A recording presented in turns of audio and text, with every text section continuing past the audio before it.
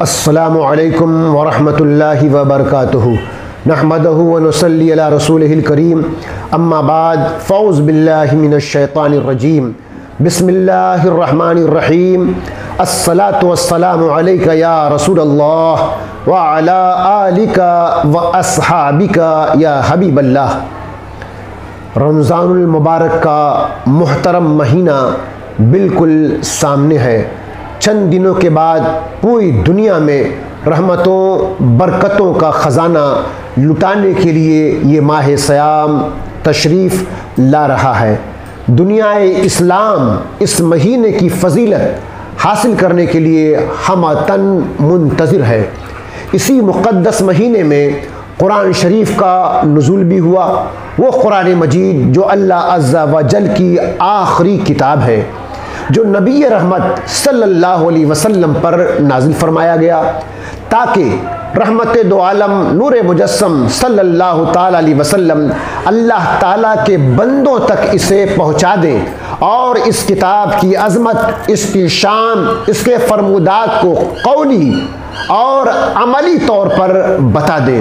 پھر دنیا ختم ہونے تک بندوں کے لیے یہی کتاب گائیڈ اور کتاب ہدایت ہے۔ اس کی عبارت، اس کا بیان، اس کا فرمان جو اللہ عز و جل کا مکمل کلام ہے، اس میں کوئی تبدیلی اور تغیر کی گنجائش نہیں ہے۔ اور اس مقدس کتاب قرآن شریف کی حفاظت کی ذمہ داری خود رب العزت نے اپنے ہی ذمے رکھا ہے، جیسا کہ خود اللہ سبحانہ وتعالی 14واں پارہ سورہ الحجر کی آیت نمبر 9 میں ارشاد فرما رہا ہے، اِنَّا نَحْنُ نَزَّلْنَا الذِّكْرَ وَإِنَّا لَهُ لَحَافِظُونَ۔ بے شک ہم نے اتارا ہے یہ قرآن اور بے شک ہم خود اس کے نگہبان ہیں۔ اِنَّا نَحْنُ نَزَّلْنَا الذِّكْرَ، بے شک ہم نے اس قرآن کو نازل کیا ہے۔ اس آیت میں کفار کے اس قول اے وہ شخص جس پر قرآن نازل کیا گیا کا جواب دیتے ہوئے اللہ تعالیٰ نے ارشاد فرمایا، اے حبیب صلی اللہ تعالیٰ علیہ وسلم، بے شک ہم نے آپ پر قرآن نازل کیا ہے اور ہم خود تحریف، تبدیلی، زیادتی اور کمی سے اس کی حفاظت فرماتے ہیں۔ قرآن مجید کی حفاظت کے تعلق سے یاد رہے کہ تمام جن و انس اور ساری مخلوق میں یہ طاقت نہیں ہے کہ قرآن کریم میں سے ایک حرف کی کمی بیشی یا تغیر و تبدیلی کر سکے۔ اور چونکہ اللہ تعالیٰ نے قرآن کریم کی حفاظت کا وعدہ فرمایا ہے، اس لیے یہ خصوصیت صرف اور صرف قرآن شریف ہی کی ہے۔ دوسری کتاب کو یہ بات میسر نہیں۔ قرآن کریم کی حفاظت کئی طرح سے ہے۔ نمبر 1، قرآن کریم کو معجزہ بنایا کہ بشر کا کلام اس میں شامل ہی نہ ہو سکے۔ نمبر 2، اس کے معارضے اور مقابلے سے، اس کو معارضے اور مقابلے سے محفوظ کیا کہ کوئی اس کی مثل کلام بنانے پر قادر نہ ہو۔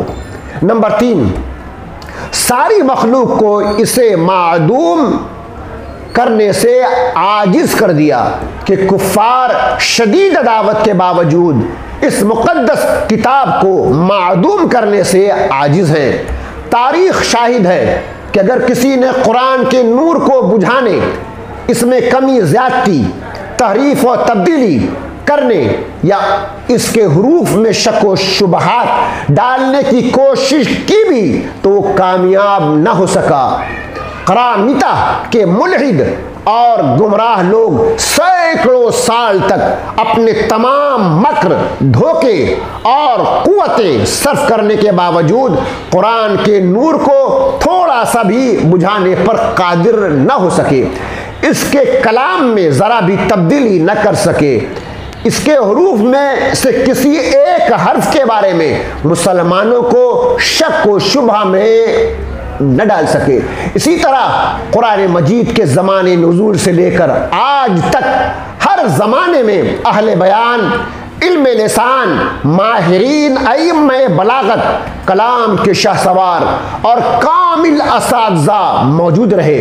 یوں ہی ہر زمانے میں بکثرت ملحدین اور دین و شریعت کے دشمن ہر وقت قرآن عظیم کی مخالفت پر تیار رہے، مگر ان میں سے کوئی بھی اس مقدس کلام پر اثر انداز نہ ہو سکا، اور کوئی ایک بھی قرآن حکیم جیسا کلام نہ لا سکا، اور نہ ہی وہ کسی آیت قرآنی پر صحیح اعتراض کر سکا۔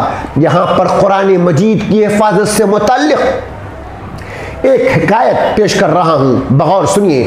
حضرت یحییٰ بن اقسم رحمۃ اللہ تعالی علیہ فرماتے ہیں کہ مامون رشید کی مجلس میں ایک یہودی آیا اور اس نے بڑی نفیس، عمدہ اور ادیبانہ گفتگو کی۔ مامون رشید نے اسے اسلام کی دعوت دی تو اس نے انکار کر دیا۔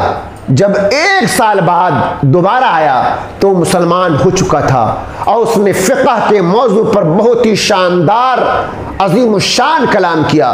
مامون رشید نے اس سے پوچھا، تمہارے اسلام قبول کرنے کا سبب کیا ہوا؟ اس نے جواب دیا، جب پچھلے سال میں تمہاری مجلس سے اٹھ کر گیا تو میں نے ان مذاہب کا امتحان لینے کا ارادہ کر لیا، چنانچہ میں نے توریت کے 3 نسخے لکھے اور ان میں اپنی طرف سے کمی بیشی زیادتی کر دی۔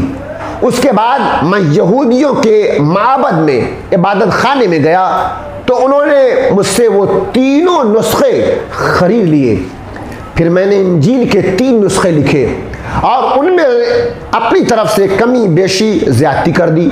جب میں یہ نسخے لے کر عیسائیوں کے گرجے میں گیا تو انہوں نے بھی وہ نسخے خرید لیے۔ پھر میں نے قرآن پاک کے 3 نسخے لکھے اور اس کی عبارت میں کمی بیشی اپنی طرف سے جو لگانا ہٹانا تھا سب کر دیا۔ جب میں قرآن پاک کے وہ نسخے لے کر اسلامی کتب خانے میں گیا تو انہوں نے پہلے ان نسخوں کا بغور مطالعہ کیا، اور جب وہ میری کی ہوئی کمی اور زیادتی پر مطلع ہوئے تو انہوں نے وہ نسخے مجھے واپس کر دیے اور خریدنے سے انکار کر دیا۔ اس سے میری سمجھ میں آ گیا کہ یہ کتاب محفوظ ہے اور اس میں کوئی تبدیلی نہیں کر سکتا، اسی وجہ سے میں نے اسلام قبول کر لیا۔ اے اسلامی بھائیوں اور اے اسلامی بہنوں، آپ جان لیجئے وہ قرآن مجید جو رمضان شریف میں شب قدر میں نازل ہوا، اس کی کیا عظمت ہے اور کیا مقام ہے۔ ہم لوگوں کو اسی قرآن شریف کے احکام کے مطابق عمل کرنا ہے۔ اللہ تبارک و تعالی ہم سب کو قرآن مجید کے احکام کے مطابق عمل کرنے کی توفیق عطا فرمائے۔ وآخر دعوانا الحمدللہ رب العالمین۔